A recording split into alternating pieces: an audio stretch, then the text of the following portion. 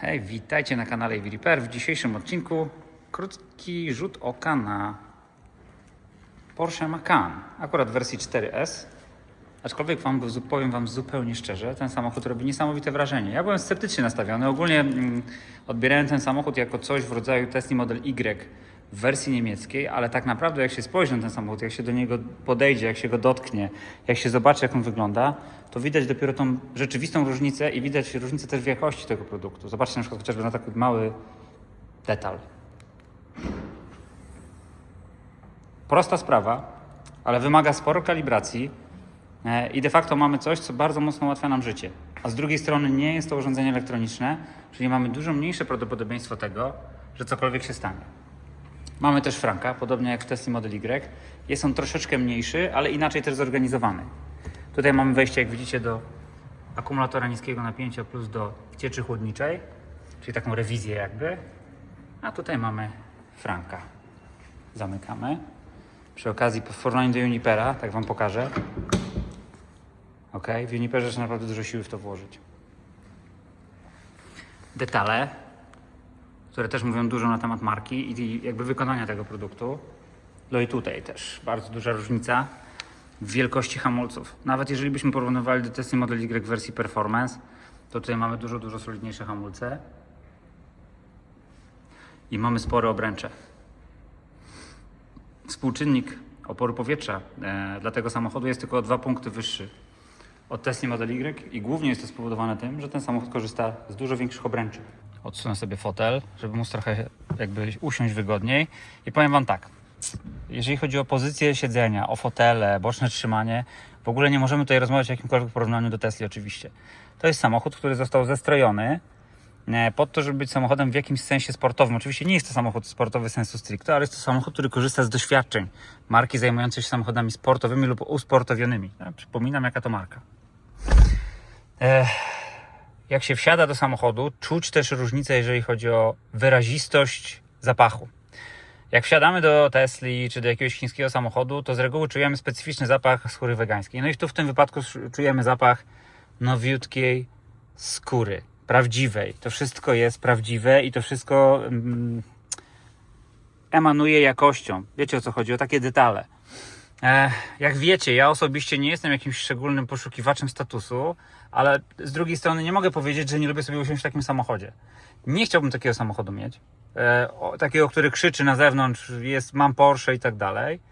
Ale z drugiej strony muszę przyznać, że jak wszedłem tutaj do tego pomieszczenia, jak zobaczyłem ten samochód, to spodobał mi się. Czyli podoba mi się on bardziej zewnętrznie i wewnętrznie też niż Tesla. Porsche jako marka i Porsche jako dziedzictwo to są też pewne detale. Pamiętajcie, że ten zegarek w Porsche to jest rzecz, która występowała zawsze w tych samochodach. Praktycznie niemalże od samego początku. Czekajcie, może uda mi się jeszcze ten samochód włączyć. To już byłoby w ogóle rewelacyjnie, tylko pytanie, czy ja dam radę. O, tutaj mamy. Widzicie, to jest sterowanie biegami. Dobra, róbmy jazdę do przodu. O. Mamy front facing camera. Mamy rear facing camera i mamy też 360 stopni. Także wszystko jest tam, gdzie trzeba. Mamy też wyświetlacz HUD, ale nie będę w stanie Wam go pokazać z tego względu, że no po prostu nie możemy wyjechać na trasę. Ten samochód jest pokazowy tutaj na cele szkoleniowe. Guziczki. Ci, co lubią guziczki, no myślę, że byliby zachwyceni w tym samochodzie, bo mamy tu pewną kompilację tradycji i kompilację nowoczesności, bo z jednej strony mamy guziczki wszędzie, czego ja osobiście niespecjalnie lubię, ale z drugiej strony mamy też mnóstwo wyświetlaczy. Oczywiście wyświetlacze tutaj są akcesoryjne, więc możecie też dostać wersję tańszą, która tych wyświetlaczy mieć nie będzie. Smaczki, przeszycia, jak to nazwać, zestawienie kolorystyczne, które, no, co tu dużo mówić, robi wrażenie. Mimo że to jest Macan, to nie jest najbardziej wypasiona wersja, jest to raczej wersja, nawet powiedziałbym podstawowa, 4S, to jest tylko oczko wyżej od wersji 4. No ale mimo wszystko jest dobrze. O, mamy jeszcze szyber, tak, zobaczcie.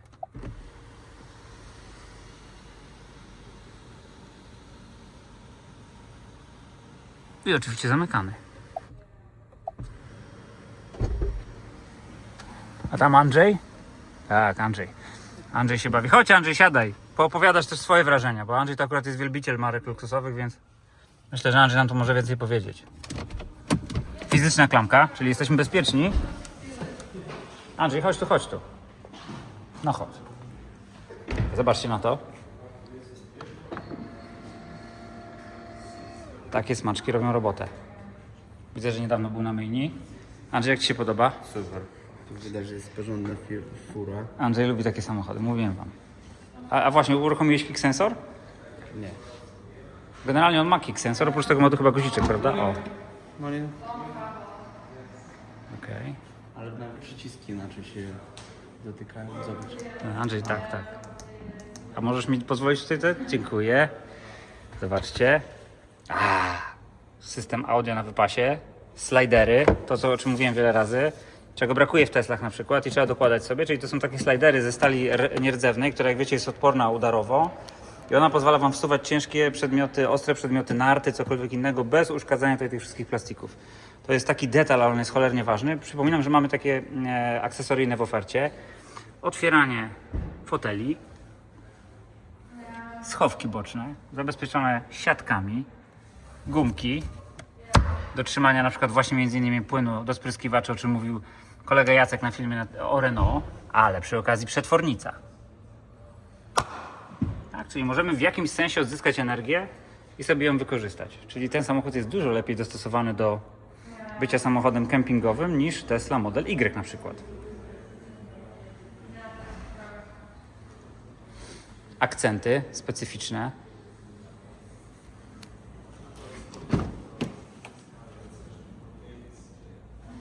Kolejne akcenty. Także myślę, że mając Macana jesteście w stanie już na osiedlu zrobić zamieszanie. O!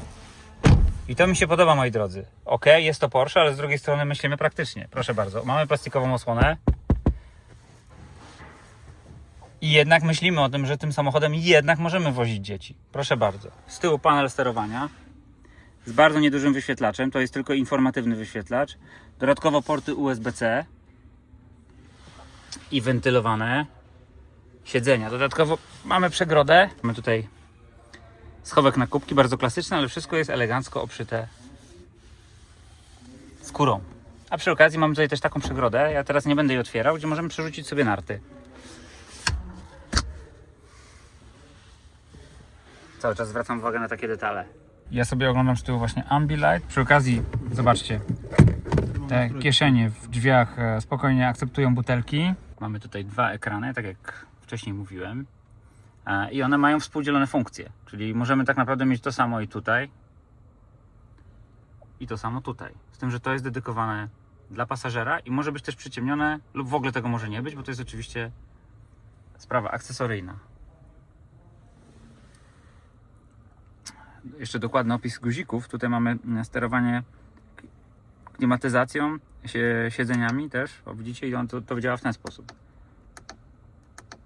Taki fizyczny guziczek. Ja już nie będę się wypowiadał, że nie lubię guzików, bo później mnie krytykujecie.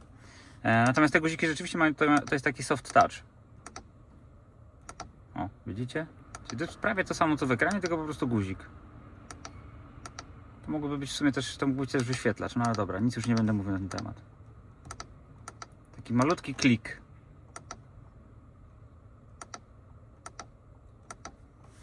Tak to wygląda, to mamy głośność. Rozhodně pak jako Francie, Španělsko, Jesteśmy w Czechach. Atlantyk, tak tam na mnie zjeli 20. Okay. Podświetlone cup holdery.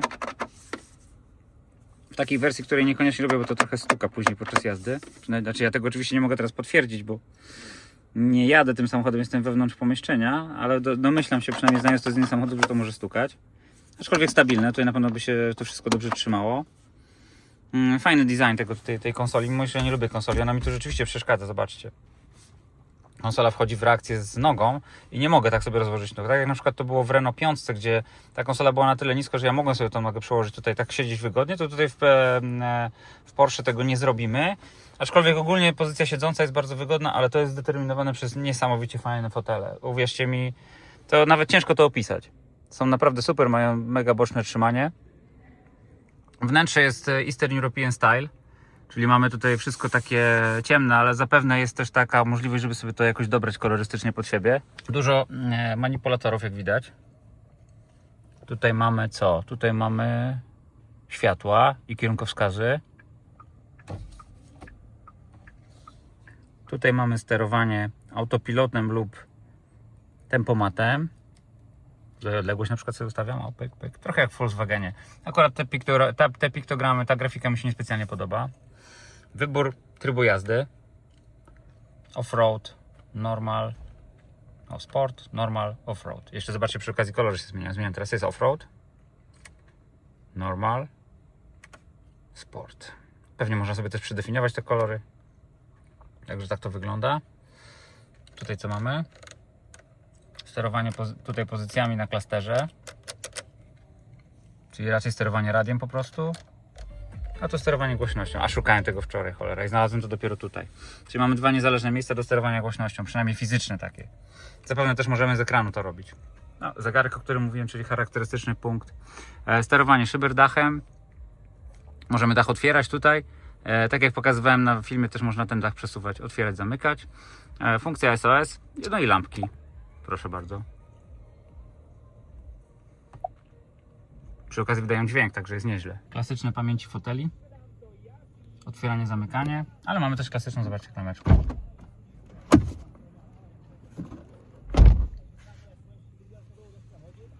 Sterowanie szybami, sterowanie lusterkami.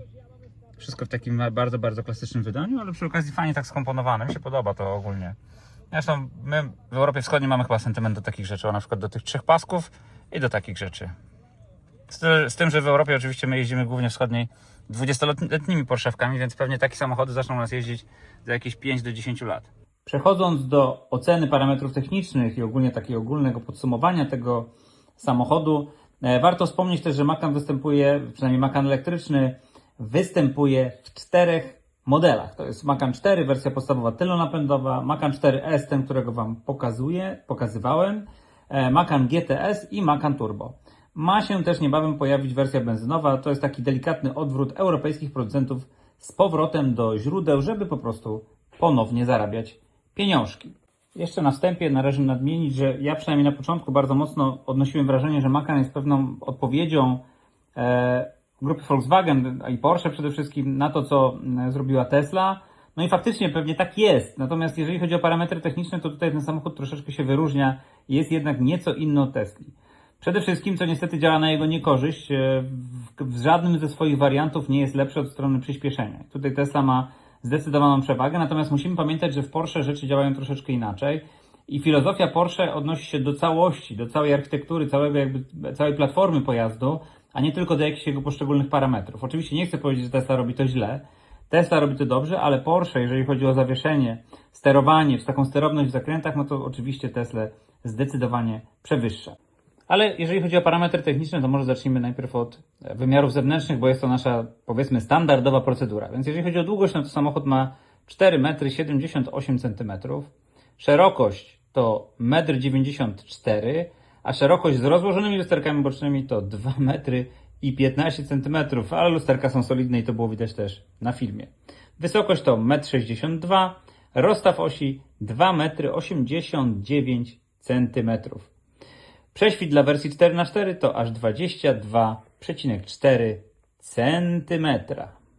Dla wielbicieli mocy też nie jest najgorzej. Nawet w wersji 4S dwa silniki potrafią wygenerować 516 koni mechanicznych, co jest równowartością około 380 kW, a maksymalny moment obrotowy, jak zawsze przypominam oczywiście, że generowany prawie od razu, to 820 Nm. Wszystko to pozwala nam przyspieszyć do setki w 4,1 sekundy, co stawia ten samochód mniej więcej na równi z Teslą Model Y Long Range. Natomiast prędkość maksymalna została ograniczona do 240 km/h. Dodam też, że w wersji turbo, czyli tej najwyższej, do 260 km/h. Jeżeli chodzi o pojemność baterii trakcyjnej, no to mamy tutaj 100 kWh, z czego dostępne dla nas jest 95, także mamy bardzo dużą baterię i jest to spory wyróżnik w stosunku do Tesli, ale to też powoduje, że samochód jest nieco cięższy i zużycie energii deklarowane przez producenta to 27 kWh na 100 km. Zakładam, że jak to w Volkswagenach może być nieco więcej. No i dlatego też oczywiście z przymrużeniem oka traktujemy parametry związane z zasięgiem, bo deklarowany zasięg WLTP to 606 km, natomiast średni zasięg to 566 km. No ja bym się skłaniał przy tej wadze samochodu i przy tej baterii raczej w kierunku maksymalnie 400-450 km. I tutaj dodam też przy okazji, że masa własna takiego właśnie Macana to 2345 kg, co stawia go prawie na równi z Teslą Model X, a zdecydowanie staje się on cięższy od Tesli Model Y. Abstrahując od ceny, która jest dużo wyższa od Tesli Model Y, i tutaj tego samochodów chyba raczej też nie można tak jednoznacznie porównywać, Porsche Macan robi bardzo dobre wrażenie i myślę, że to jest bardzo fajny elektryczny samochód dla ludzi, którzy lubią luksus i wciąż żyją w świecie jednak analogowym. Porsche Macan jest takim samochodem, który wstawia nas powolutku do świata multimediów, ale jednocześnie zachowuje bardzo dużo spraw analogowych i bardzo dużo też takich tematów związanych właśnie z rozpoznawalnością marki, czyli ten przycisk do wybierania trybu jazdy, czyli ten analogowy zegarek, no i ogólnie cały design. I muszę tutaj też nadmienić i pochwalić Porsche za to, że Porsche zbudowało platformę, która jednak jest bardzo podobna do tego, co stanowi teraz standard w elektromobilności, czyli takie bardzo zwarte konstrukcje, jednocześnie bardzo zintegrowane.